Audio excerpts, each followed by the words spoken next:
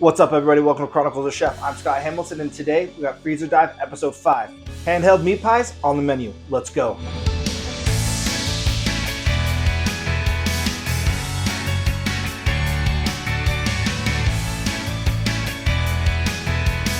Alright, so today we're going to freezer dive in my own freezer. So this is all like prepared, ready to eat kind of stuff. Raw meat, fruits and veggies. Me in here, I was bad. I put my chicken that I just froze right on top. That should have gone on the bottom, but I was lazy. But this Ziploc bag is promising.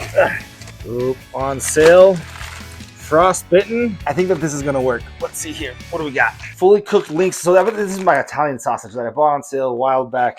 It's all frostbitten now. I love finger food, so I'm thinking something with eating with our hands. It is game day, so it's something maybe a little more snacky, maybe a little, I don't know, maybe like a hand pie. Let's see. All right, just got back from the store. So I decided to go meat pie. We got some pie crust. We got a little parsley. We got some heavy whipping cream. I'm not sure yet if we should go like a cream-based thing or like more of like a gravy kind of a deal or like a meat sauce. Mushrooms, some hot and sweet peppers, obviously. Some baby bell peppers. Smoked blue cheese. Onion, garlic. I think we should get cooking.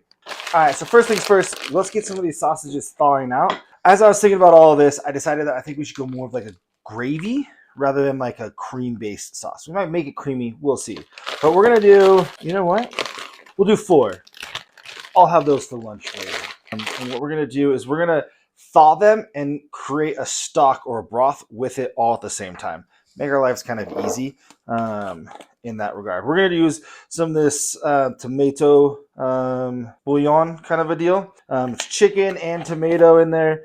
Make it nice and rich and delicious. We're also going to go with some, we're at the very, very end. We'll go with the very last bits of this roasted, better than bouillon. The other things that we're going to do is we're going to take our parsley stems. We're going to cut them right here. We're going to throw our parsley stems in the bowl. And then we're going to continue to add to that for the rest of the time. Let's get us some water in here. And it feels like there's a lot of water. I didn't measure. It's going to be just fine. Get that all kind of mixed up. Get the bouillon off of this guy. And we're just going to let this simmer. All right, and with that, we're going to cut up our parsley. We're not going to do a mince. We're going to treat this more kind of like cilantro. So we're going to kind of roll it in on itself, almost like we're going to do a chiffonade. I'm going to cut it in half this way. Then we're going to run our knife this way. I want this parsley to be really big and flaky. Look at that. That's perfect.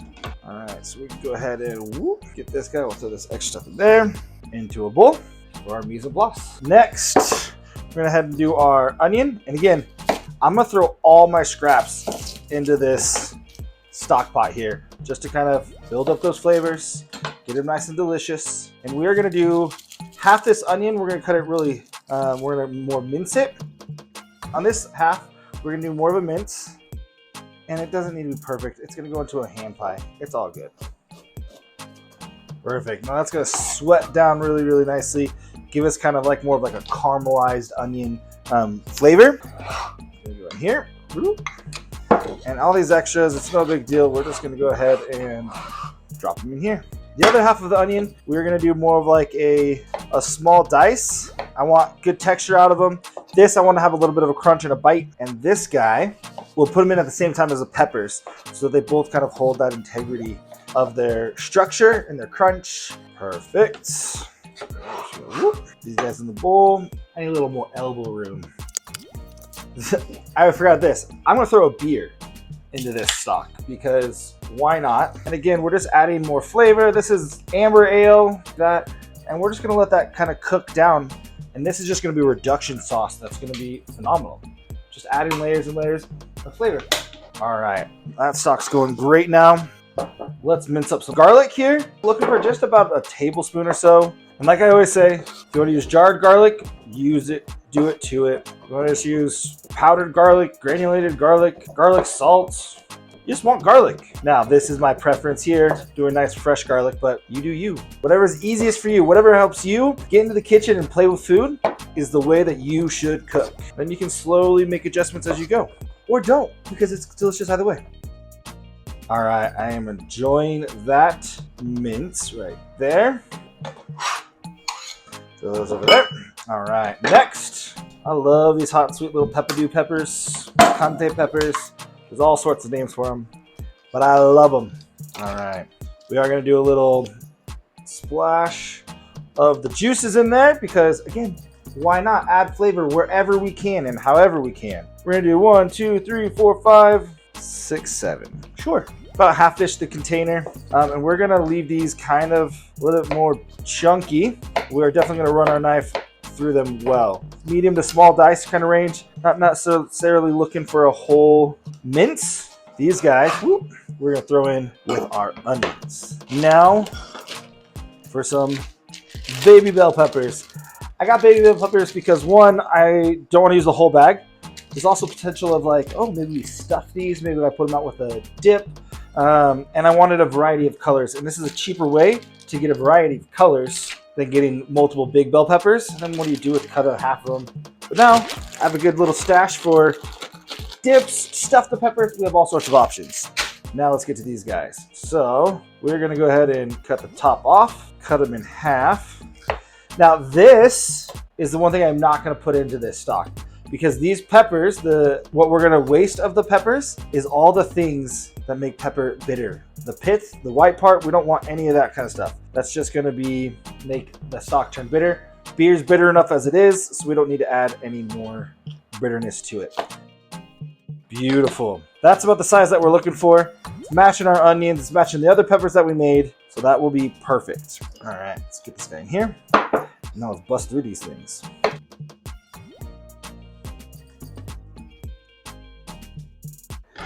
All right, there's our beautiful peppers. Now, lastly, we got some baby bellas. It's 8 ounces. I probably will do most of them, but I am going to cheat the system, and I'm going to not use the stems, but I'm going to throw our stems into our broth. So we're still going to have this deliciousness happening. We're going to use all the flavor out of it. Should have done these first so I had a little container for all my trash. Oh well. All right, we're going to chop these kind of slow. I want these to be on the chunkier side because these are going to shrink a whole lot. But so I want them nice and kind of big because I want to make sure that I have that texture of the mushrooms in there. So we're going to do, instead of a dice, we're going to kind of do these longer, bigger guys. They're still kind of a dice, but we want those because that way we can cook these guys down and they'll be able to retain their texture. So this is about 4 ounces of mushrooms. I think it's time to see if these sausages have thawed out nicely for us and are ready to be sliced up. Ooh. Oh yeah. And these are already cooked, so I don't have to worry about really anything, which is really nice about it. Could you do this whole situation with raw? Absolutely. You're just gonna do a slightly different cook process. You can still poach them to make your broth and everything, but ooh. All right, ooh. Runaway broth or sausage, whatever you are. All right, let's go ahead and cut this guy up. On this guy, I really want to make sure that we get some really good, smaller, medium dice. We're looking to match the size of our peppers and onions, and then fingers crossed the mushroom will shrink down and be a similar size to this as well. All right. With that, our mise en place is basically done. So let's rotate this thing around and let's start cooking.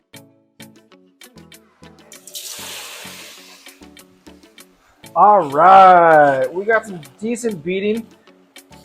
Pan's a little too big for this whole situation, so we're gonna run with it. All right, throw this guy in here. There we go. And we wanna get a good sear. So we're just gonna let this guy hang out. Cover the pan as much as we can. Remember, when we saute, we want everything really, really spread out. We want everything touching the pan. We want as little empty spaces as we possibly can. One, if you crowd it too much, so if you start having it piled up on top of each other, you're not sauteing, you're steaming. But also, all those little pockets, heat's escaping. We want to take advantage of all those little holes in here to make sure that we're getting as much contact to those pans as possible. Yeah.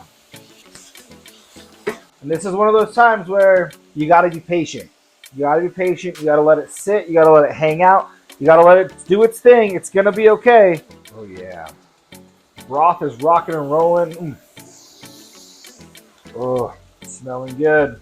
I like, see all the fat that's rendering out? I love that. We're gonna be able to build lots of flavor with all of that. Keep letting it go though. Oh yeah, now we're talking. Look at that. We're getting some good fond down here on the pan. We're getting some good caramelization. Ooh. It's noticeable how much this broth affected the flavor of this already, just from it thawing in there. It already has, I can taste the tomato, I can taste the mushrooms, I have this kind of flavor. Even the beer flavor is already kind of into this sausage. And so it starts off not tasting like Italian sausage. It starts off tasting more like this rich beer broth kind of a deal. And then it gets hot and you feel like, oh, there's all that delicious Italian sauce, spicy Italian sausage kind of thing. All right, we are gonna call this good. And what we are gonna do is we're actually gonna just throw it right back into this pan. Now, in this pan, we are gonna hit it with just a little oil. We're gonna sear off our mushrooms first. Drop those guys in. And then what we're gonna do is we're gonna actually hit these guys with some King's Peak from Heidel's Kitchen, because yes. All right, we're just gonna give this guy a nice little tossy toss. We go ahead and release some of this fond off the bottom so that it doesn't burn. Gonna coat those mushrooms in that deliciousness. Get them all gathered up more in the middle. Just let those guys sear. All right, we're also going to add a tablespoon of butter. And we're just gonna kind of let that melt through and let these mushrooms enjoy that buttery goodness. And then we're gonna try to reserve as much of that fat as we can, because I think that we're gonna go with a roux to thicken this guy up.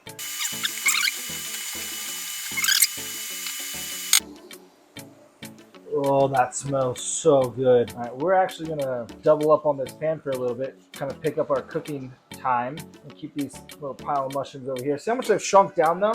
Makes me say, maybe I should have gone more. But I think that we have plenty of other things that's gonna be okay. We'll throw in our minced onions. Let's kind of get all those working together now. And we wanna cook these guys until those onions are super translucent. Hit with a pinch of salt, cracked pepper. I'm gonna layer this King's Peak in throughout the whole thing also.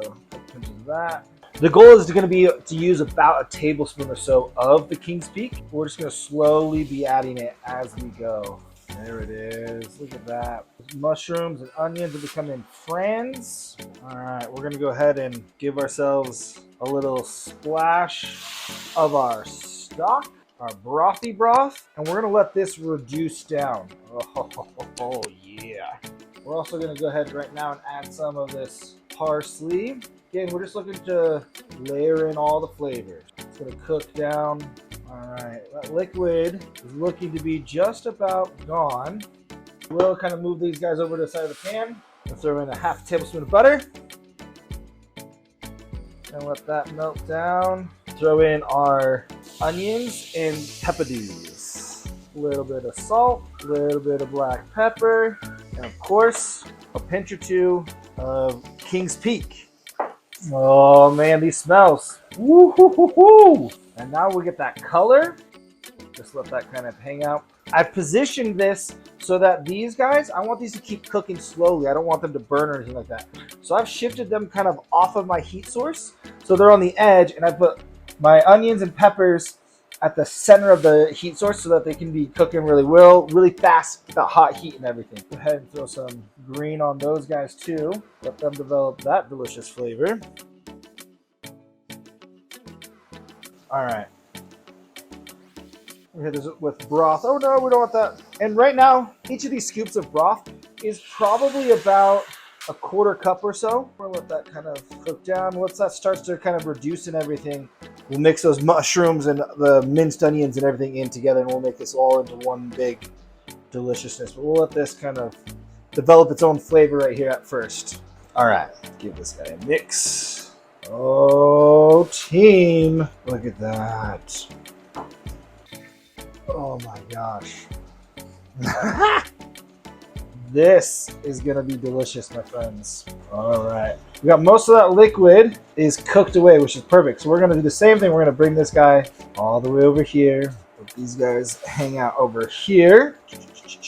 Create our little deliciousness over there. We're gonna do another little half tablespoon of butter, which puts us at about 2 tablespoons of butter thus far in the cooking process. And at this point, we're gonna throw in our peppers, our little sweet baby bell peppers. We're just gonna let those kind of hang out. And again, go ahead and with some salt, a little pepper, a little parsley, and a little King's Peak. Give this a nice little stir.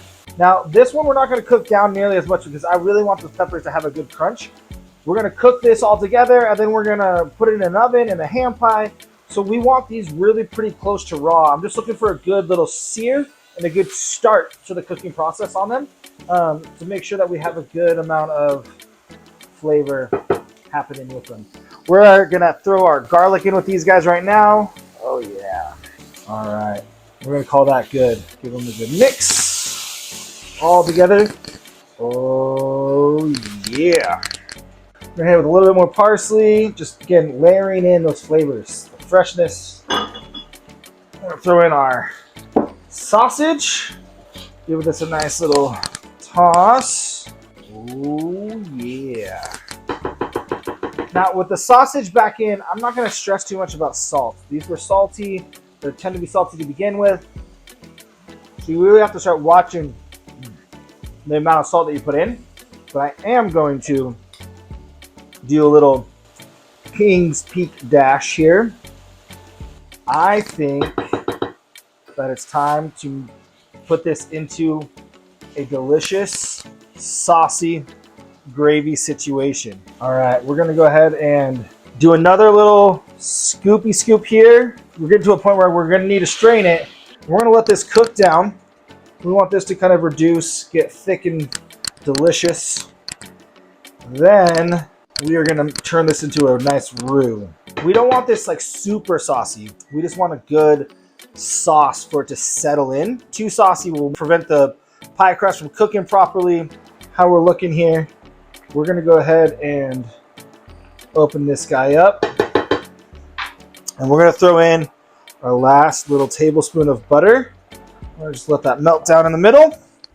Typically with the roux, you're gonna want equal parts fat, doesn't matter the kind of fat, it could be butter, it could be oil, all sorts of things, to flour. But that's by weight, not by volume. So there is all sorts of fat already in here. So I'm gonna do 2 tablespoons of flour with that tablespoon of butter to kind of give us our rich thickening agent. And now this is gonna need to cook for about 20 or so minutes. Before I add any more liquid, I want to really let all that flour mix in, get that butter melted, so that that flour can start cooking. If we don't cook it for long enough, it have like a raw flour taste to it. But as you can see, it's already kind of really clumpy. And that is how you know we are looking good on our roux. We're just gonna set our fine mesh strainer right on top here. We're just gonna pour the rest of that through. So eyeballing it, it's probably about a cup to a cup and a half of stock that we ended up using. We've been pretty much on a high or a medium high heat this entire time. So we're gonna go ahead and turn this now down to more of like a medium. We still want it to simmer. We want those bubbles working. So we want, again, that flour to cook down. Oh yeah, we've got the bottom of the pan. Everything's picked up off the bottom of the pan. The fond is all mixed in. So we got all of that flavor working beautifully. As we can see, it's coating the back of the spoon beautifully. That is kind of the sauce that I wanted. I wanted it maybe slightly thicker, but it'll probably cook a little bit more as we're letting it reduce down. Oh, the smells are so good. Yo, money, money, money. That is phenomenal. This over just like some gnocchi or mashed potatoes or pasta. Well, I know what I'm gonna do with the leftovers. That is winning. We're gonna let this cool down so it's a little bit easier to work with. While that's happening, I'm gonna get this whole place cleaned up and let's get rolling out some hand pies. Let's go. All right, let's prep out this smokehouse blue. This is gonna be the perfect amount of funk and tang. We're just looking for chunking this guy out. So we're not looking for a whole lot. We just want a little bit of this right on top of there. Oh yeah, good chunks. Oh. Yep. All right, so we got our pie crust. We're gonna just give ourselves a little flour to work with here on our table, just to make things a little easier. You could go crescent rolls, you could go biscuits, you could do all sorts of things. I wanted to go with these more of like a traditional pie kind of thing. Maybe let these thaw a little too much. Ugh, there we go. All right. So we'll see how much I can actually get out of these guys. We're gonna make little rounds with it to give ourselves the perfect little hand pie shapes. So we're gonna see how many I can get out of one. There's one, there's two, there's three, four. So that's 3 whole ones. We'll go ahead and we'll kind of put this guy together and knead them together a little bit. Rolling pin will be helpful. Go ahead and just give us a little bit more flour, a little flour on here. We're just gonna roll it out. Try to match the same thickness as we had it.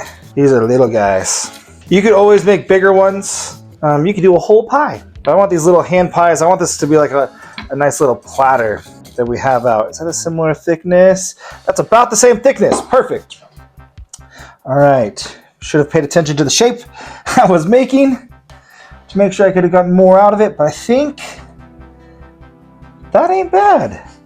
Not bad at all. Okay, so we got, look at that. So we got 1, 2, 3, 4, 5 out of one dough. Box comes with 2, looking like about 10 hand pies at first. I do have a second box, but we'll see.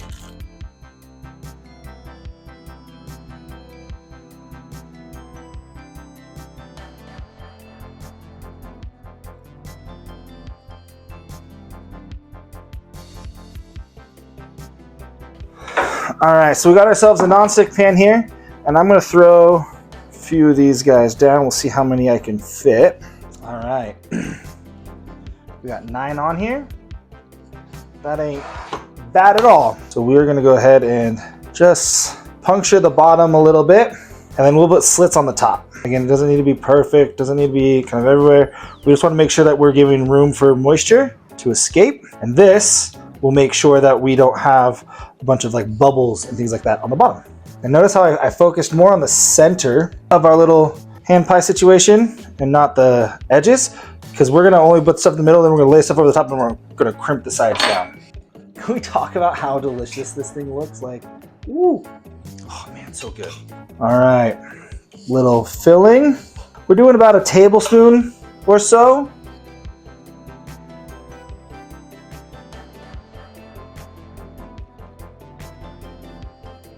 We're gonna do a little water on the edges here to help with our sealing. Now, just a little nugget of blue cheese in these guys. All right. And then we'll take these guys, we're just gonna lay it right over the top. Take our fork and we're gonna crimp these guys down. So that's what we're looking for. Then we're just gonna do a little slit. That's all we're gonna do on that, okay? And repeat.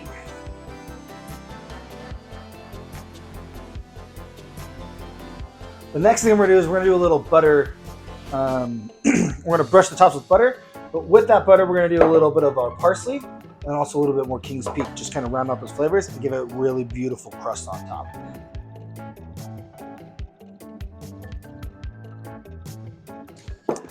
Beautiful. All right, I have the oven set to 375.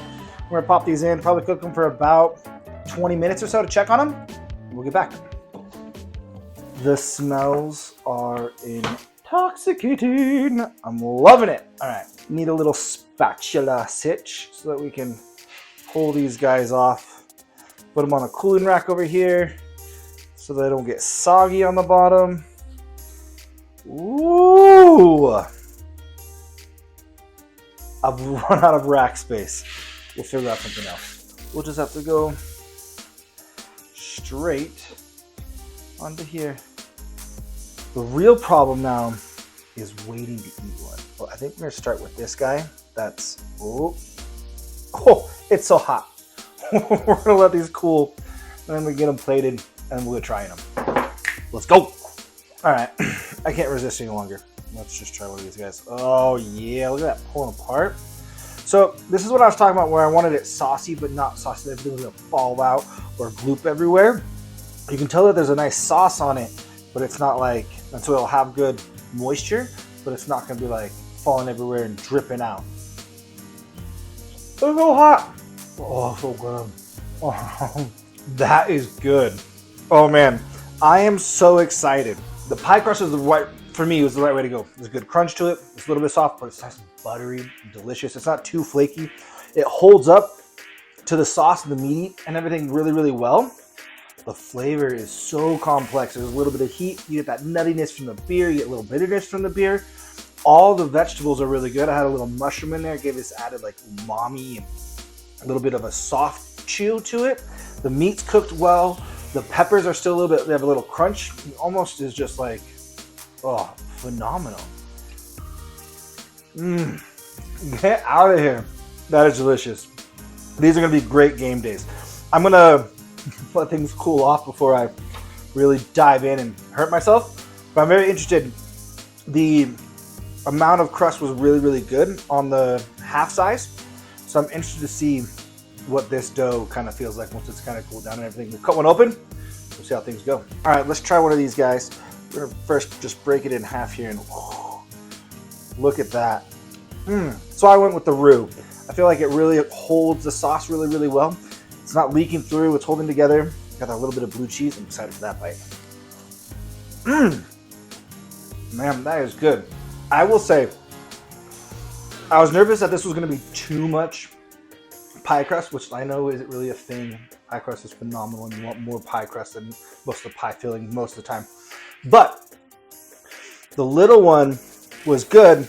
The ratio just seems better on this because of how much more of this is crunchy. Because you have all this crunchy area versus this is a little bit more soft on that one. But the double down, great. And they're good size too. I really like that.